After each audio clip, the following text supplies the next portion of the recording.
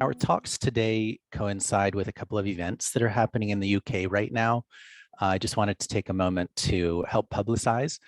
First is this exhibition of sketches and materials related to the atomic bomb panels. This is ending very soon, so if you have a chance, please get out and see it. The second is a retrospective of Tsuchimoto Noriaki's documentary films, which is being held as part of the Open City Documentary Festival at the ICA. So this also is ending fairly soon. So if you have a chance, please check it out. There's some degree of randomness, I guess, in these events happening simultaneously, but there are historical connections between them. Akamatsu and Maruki collaborated on two films directed by Tsuchimoto, the Minamata murals, which follows the couple for 1 year as they create and exhibit their work titled the Minamata mural. The other is Hiroshima no Pika, which is a video version of one of Akamatsu's books for children about the atomic bombings. And there's an English version of Hiroshima no Pika that has narration by Susan Sarandon. It's available on Amazon. So it's a nice material, I think, for classrooms. And it's meant to be to teach children about the bombings. So check it out if you're interested. More broadly, both the Hiroshima exhibit and the Tsuchimoto retrospective offer glimpses into the work of creators who were active in Japan post-1945, who used their work to commemorate violent, traumatic events and to fight for a better present and future. Their work attempts to address issues that remain no less urgent today: war, especially its impact on civilians, nuclear weapons, and environmental justice. And I'd like to use this as a theme or a point. Over the past 10 to 15 years, radical politics has become a major feature of global contemporary art, although not so much in Japan, where there is still quite a lot of censorship. And I think this new sensitivity to the importance of artists' voices on and in political movements creates the conditions for the atomic bomb panels and Tsuchimoto's work to be appreciated again in new ways. So let me begin by talking about the panels. The Hiroshima panels themselves are what I usually refer to them as the atomic bomb panels.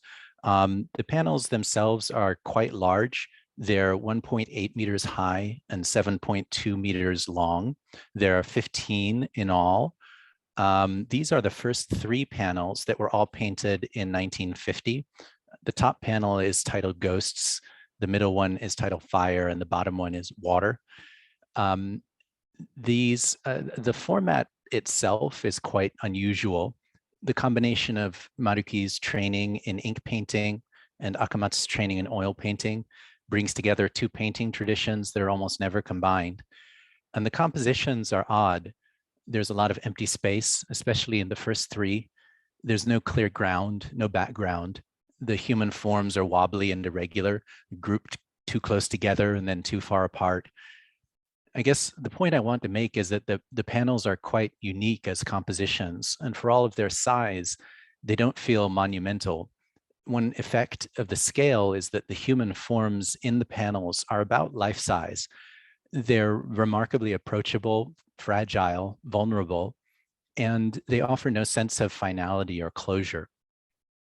I want to emphasize that lack of finality and closure. They were always part of an ongoing project, and in a very real way, they opened up a space for dialogue, sharing, and change that I'll talk about over the next couple of minutes. Maruki Iri was a native of Hiroshima, and his family lived there at the time of the bombing. He was living in Tokyo, but when he heard that a terrible new bomb had been dropped, he hurried back, arriving in Hiroshima 3 days after the blast. Akamatsu followed a week later, and they stayed for several weeks after. So they saw plenty of destruction, but they did not see the scenes that they painted in the first 3 panels with their own eyes. The sources for their paintings were stories that survivors and eyewitnesses had related to them. They were based on verbal accounts, most of which they gathered 3 years later in 1949 and 1950. There were other sources too. As Kozawa Setsuko's research has shown, the mother and child at the center of water and the dead child at the bottom of fire were modeled on photographs that had evaded US occupation censorship and were being circulated through Communist Party networks. The panels then are not testimony to the artist's individual witnessing of the events, but to a narration that was already part of a community. And that community kept expanding as the artists exhibited the panels to wider and wider audiences.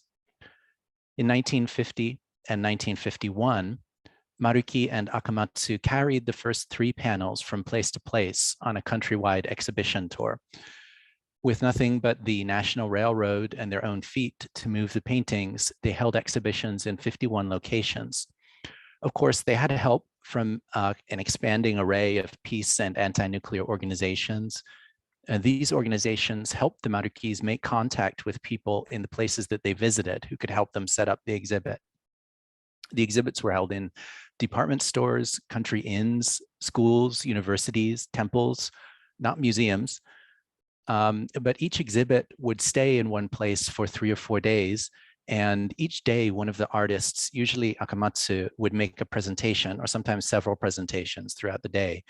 And her presentations were often in the form of a dramatic performance. She told stories based on the panels, sometimes half sung in a kind of improvised vocal style, shifting voice frequently, and often speaking laments from the perspective of the dead. And there was a lot of participation from the audience. Pretty much everywhere they went, they would find there would be someone in the audience who had experienced the bombings themselves and would often speak up. Over 600,000 people saw these exhibitions in 1950 and 1951. After the Marukis had, Maruki and Akamatsu had taken the panels around for 2 years, 2 young activists took over the exhibition tour. And in 1952 and 1953, they brought the paintings to nearly 800,000 more people in 96 locations. So altogether, well over 1 million people in Japan saw these paintings between 1950 and 1953. And from 1953, they began to travel internationally, with the UK being one of their first stops. I believe that they were in the UK in 1953 and 1955. I want to make 3 points about these exhibitions, this exhibition tour that became a worldwide exhibition tour in the 1950s and 60s. The first thing is that the first 5 panels were all made during the US occupation. Publication about the atomic bombs was illegal. It was forbidden by the censorship policy up to 1949 and by the press code thereafter. So these exhibitions were in a legal gray zone. There were several instances of local collaborators getting arrested for written materials that were related to the exhibits. A picture book about the bombing that Akamatsu and Maruki produced in 1950, titled Pikadon, or Flash Boom, was banned, and the original manuscript was confiscated from the publishers. Almost nobody in Japan had seen any kind of visual representation of the aftermath of the bombings. The leading photo magazine, Asahi Graph, famously broke this 7-year-old story when they published a special feature on August 6, 1952. It's the first anniversary after the end of the US occupation. So the exhibitions made a major intervention into the culture and the politics of the occupation period. The second thing I'd like to note is that the exhibitions dramatize how the atomic bomb panels are not simply images, or they're not simply paintings. They're not visible to us today simply because they exist materially. They're visible to us today because of all of the activity and effort that Maruki, Akamatsu, and so many others put into making them visible. Images undoubtedly have their own power, but they're also exceedingly unwieldy and fragile, requiring tremendous effort and resources to produce, display, and preserve. And I think that we should include the exhibitions, which continue all through the 50s, 60s, and 70s, as part of the work proper. Performance studies scholar Shannon Jackson has argued that art's institutionality, something that I might broaden to its social existence, can be thought of as a durational performative process rather than a static structure, less an object than a process. We can bring that idea to bear here. I think that the case of the atomic bomb panel shows quite vividly how what we see and what we look to as art always rests on the activities of people and collectivities, keeping certain things visible. And I think bringing that into the realm of the works and not trying to keep it backstage enriches our experience of them. The third and final point I'd like to make about the exhibitions is that they were events. They included performances, they were teach-ins. They were participatory.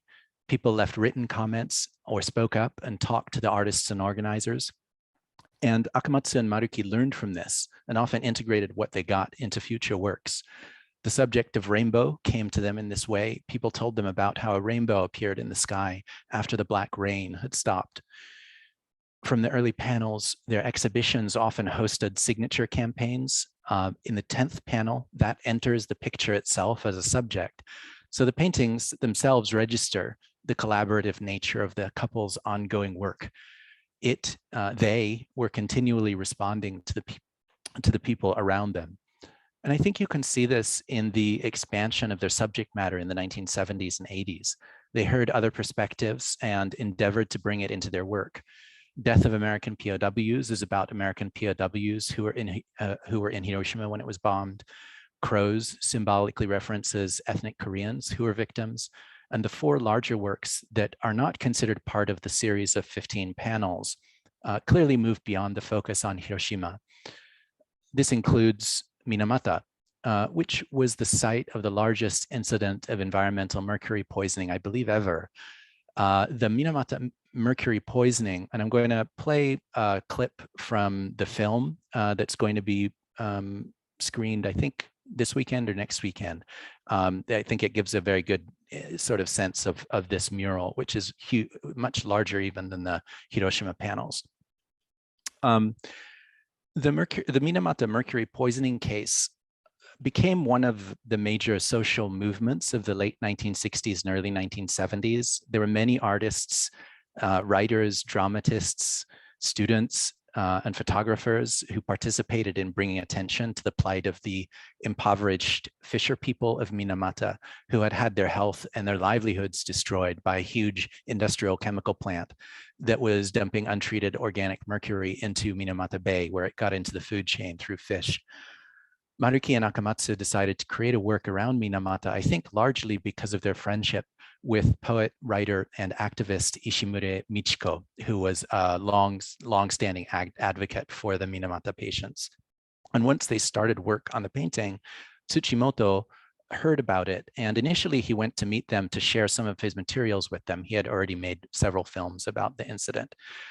It was only after meeting them that Tsuchimoto and his producer decided to make a film about their process of creating this work, which is typical of Tsuchimoto's filmmaking. The lack of planning, I mean, is typical.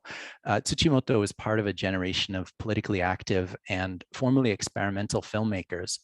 His work is characterized by a particular approach to filmmaking, which saw documentary film as something that emerged from the relationship between the filmmakers and the filmed subjects. He didn't use scripts. The exact shape of the film emerged in dialogue with the people in the film. The films weren't solely the work of the author, the filmmaker, looking out at the world and trying to impose a kind of order, but emerged intersubjectively between the filmmakers and the people appearing. One of Tsuchimoto's juniors remembered this practice as symbiotic, and I think that's a good metaphor. Tsuchimoto himself used the phrase, film is a work of living beings. So rather than an authorial technical procedure of sort of cutting and splicing, film's work took place in the specific relationships and interactions among the living beings who participated in its creation. This emphasis on dialogue is something that I think draws their work together. And if you watch the film, Tsuchimoto is interested in how Maruki and Akamatsu's work changes in response to interactions with the Minamata patients. The second half of the film is all about that interaction and its effect. Another parallel about their work is that both Tsuchimoto and Akamatsu Maruki devoted much of their life to a single cause or group of people. It's kind of a life work. And this is what I think enables their work to attain a level of profound insight combined with a kind of looseness or vulnerability that gives it some warmth or sense of humanity or humaneness. In wrapping up, I'd like to step out of the historical narrative mode a bit and kind of close with a couple of thoughts for the present. And these, to some degree, parallel the 3 points I made about the panels and their exhibition. I mentioned how the panels were an intervention in the early 1950s because of the way that they defied censorship of images of the atomic bombings. There's still an intervention. Since the early 1950s, when they were first made, to the present day, nuclear weapons have been and remain the greatest threat to the survival of humankind and hundreds of thousands of other species on the planet by far. The public's general lack of knowledge about this issue may not be because of censorship per se, but I think it's fair to call it a conspiracy of silence. I think compared to climate change, the nuclear threat is really much more present. And so I don't think we should approach the issue as if it's been dealt with. People in the 1950s were a lot more on the ball about it than I think we are today. Second, related to the point that images are fragile and unwieldy, and how it takes a lot of work and dedication to make images visible, that also remains no less true today. The Maruki Gallery, where most of the panels are on permanent display, is an old building. It doesn't have any sort of national level support at all. It doesn't have climate control. Heavy rains have caused flooding a couple of times recently. They're in the middle of a funding campaign for a building renovation and for restoration work for the panels.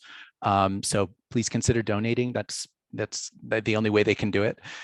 And finally, in relation to the participatory and eventful side of the panels in their exhibition, they are still very much a living, active part of culture. The Maruki Gallery has quite a large exhibition space on the first floor. And over the past 10 years, they've invited contemporary artists to install their works there in a series of really interesting exhibitions. This is just a partial list, but it includes several leading contemporary artists, some of whom have experienced censorship at Japan's mainstream museums. So if you're able to get to Japan at some point and want to go to a museum, please look up the Maruki Gallery and see what's on. It's quite likely to be one of the most challenging, playful, thought-provoking exhibitions you can find. So with that, I will finish my talk and hand things back over to maybe Jason. So thank you very much, everybody, and we're going to leave it there.